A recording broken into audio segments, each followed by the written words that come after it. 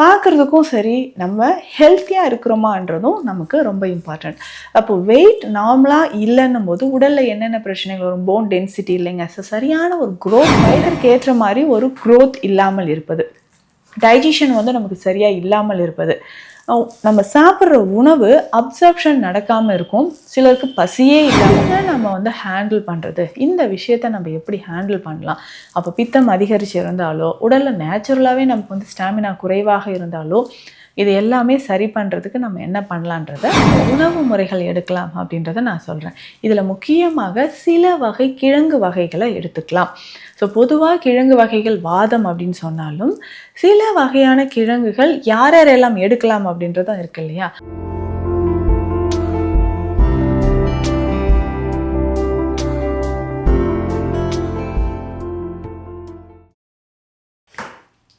வரம் நேயர்களுக்கு வணக்கம். நான் doctor Nithya, Siddha physician.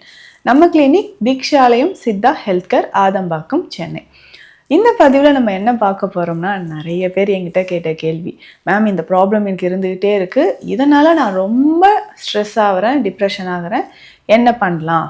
So இதுக்கு என்ன பண்ணலான்னு தீர்வு பார்க்கலாம். என்ன ப்ராப்ளம் என்னன்னு பார்த்தோம்னா, வெயிட் கெயின் ஆகவே இல்லைங்க. ஸோ எனக்கு ஏஜ் 25 ஆகுது, 30 இயர்ஸ் ஆகுது. என்னோடய வெயிட் பார்த்தீங்கன்னா 40 kg தான் நான் இருக்கேன். அதுவும் பெரும்பாலும் நிறைய பெண்கள் இந்த ப்ராப்ளம் வந்து நம்ம பார்க்குறோம். 25 இயர்ஸ் ஆகுதுங்க, 40 இயர்ஸ் ஆகுது, ஆனால் வெயிட் வந்து செக் பண்ணால் 35 kg தான் இருக்காங்க, 42 kg தான் இருக்காங்க. ஆனால் அப்போலேருந்தே இப்படி தாங்க வெயிட்டு அப்படின்னு சொல்லுவாங்க. ஸோ ப்ரெக்னென்சி டைமில் ஒரு 6-7 கிலோ இன்க்ரீஸ் ஆச்சுங்க. ப்ரெக்னென்சி டைம்லேயே நான் வந்து 48-50 தாங்க இருந்தேன் அப்படின்லாம் சொல்லுவாங்க. இதுவே ஆண்களுக்கும் இந்த பிரச்சனை நிறைய பேருக்கு இருக்குது. ஸோ எதனால் இந்த அண்டர் வெயிட் அப்படின்னு சொல்கிற ஒரு பிரச்சனை இருக்குன்றத பார்க்கலாம். ஹெரிடிட்டி ஒரு ரீசன். என்னுடைய பேரண்ட்ஸும் இப்படி தாங்க இருந்தாங்க அப்படின்னு ஒரு சிலர் சொல்லுவாங்க. ஸோ பேரண்ட்ஸ் இருக்கலாம், ஆனால் நம்ம வயதிற்கு ஏற்ற ஒரு திடகார்த்தமான ஒரு உடல், நல்ல ஒரு ஸ்டாமினா, மசில்ஸ் வந்து நல்லா பில்டப் ஆகிருக்கணும். ஸோ இந்த மாதிரி தான் நமக்கு உடல் அமைப்பு இருக்கும்போது பார்க்குறதுக்கும் சரி, நம்ம ஹெல்த்தியாக இருக்கிறோமான்றதும் நமக்கு ரொம்ப இம்பார்ட்டண்ட்.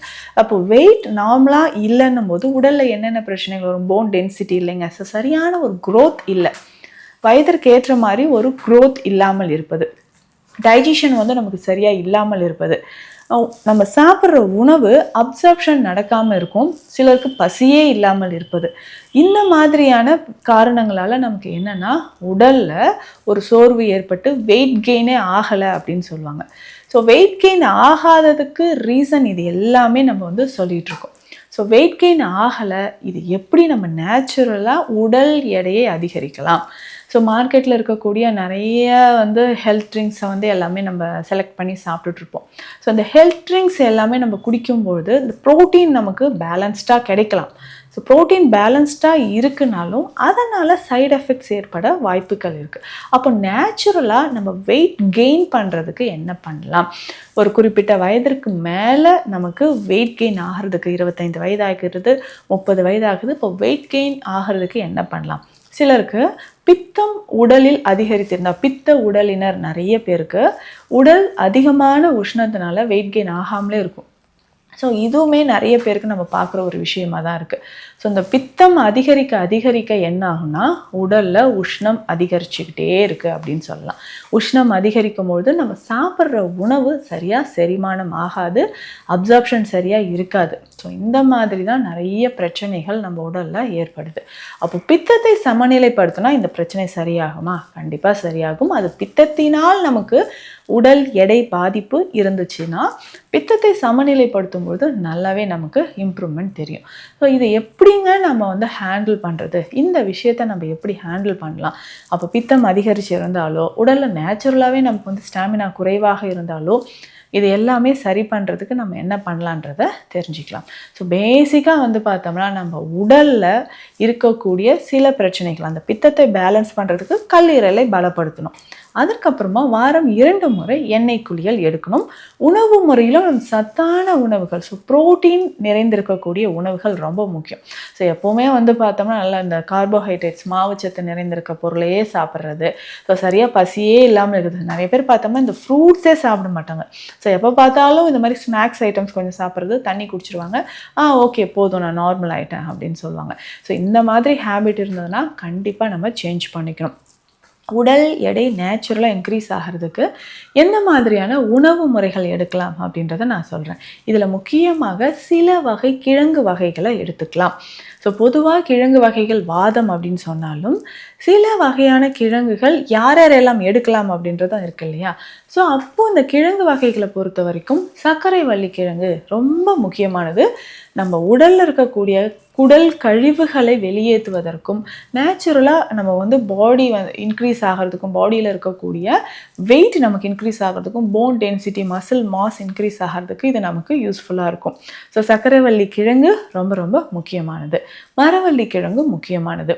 அதுக்கப்புறம் ப்ரோட்டீன் டயட் கடலை வகைகள் நம்ம எடுத்துக்கலாம். ஸோ கொண்டை கடலை வகைகள், வேர்க்கடலை ரொம்ப முக்கியமானது. நம்ம ப்ரோட்டீன் அப்படின்னு சொன்னாவே நம்ம என்ன பண்ணுறோம், நான்வெஜ் தேடி போகிறது இல்லைங்க. நல்ல நட்ஸ் எல்லாம் சாப்பிட்டா தான், காஸ்ட்லியான நட்ஸ்லாம் சாப்பிட்டா தான் நமக்கு ப்ரோட்டீன் கிடைக்கும்னு நினைக்கிறோம். அப்படி கிடையாது.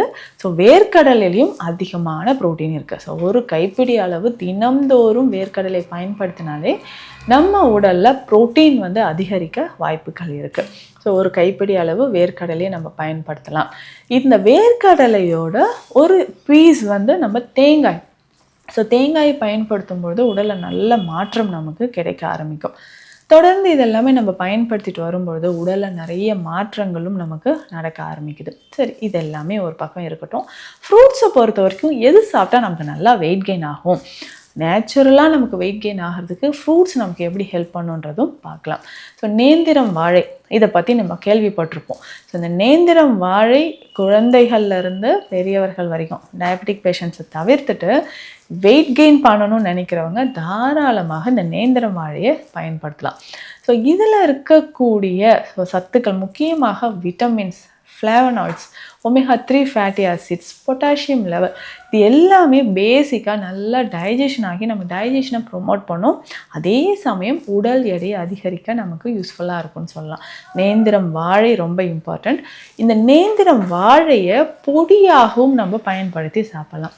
பொடியாக பயன்படுத்தும் போதும் உடல் எடை அதிகரிக்கும். ஸோ குழந்தைகளுக்கெல்லாம் பார்த்தோம்னா ரொம்ப அண்டர் வெயிட்டில் இருக்கீங்கன்னா இந்த நேந்திரம் வாழை பொடியை நம்ம தண்ணீரில் கொஞ்சம் பால் சேர்த்து நல்லா ஹெல்த் மிக்ஸ் மாதிரி ரெடி பண்ணி நாட்டு சர்க்கரையோடு கொடுக்கும்போது நமக்கு உடலில் நல்லாவே வெயிட் கெயின் ஆக ஆரம்பிக்கும். ஸோ உடல் எடையை அதிகரிக்கிறதுக்கு நமக்கு நேந்திரம் வாழை பயன்படுது. ஸோ இதை ரெகுலராக நம்ம ஃபாலோ பண்ணிக்கலாம். அடுத்து முக்கியமானது அப்படின்னு பார்த்தோம்னா செவ்வாழை. ஸோ இதுவும் நம்ம உடல் எடை அதிகரிக்க நமக்கு பயன்படுதுன்னு சொல்லலாம்.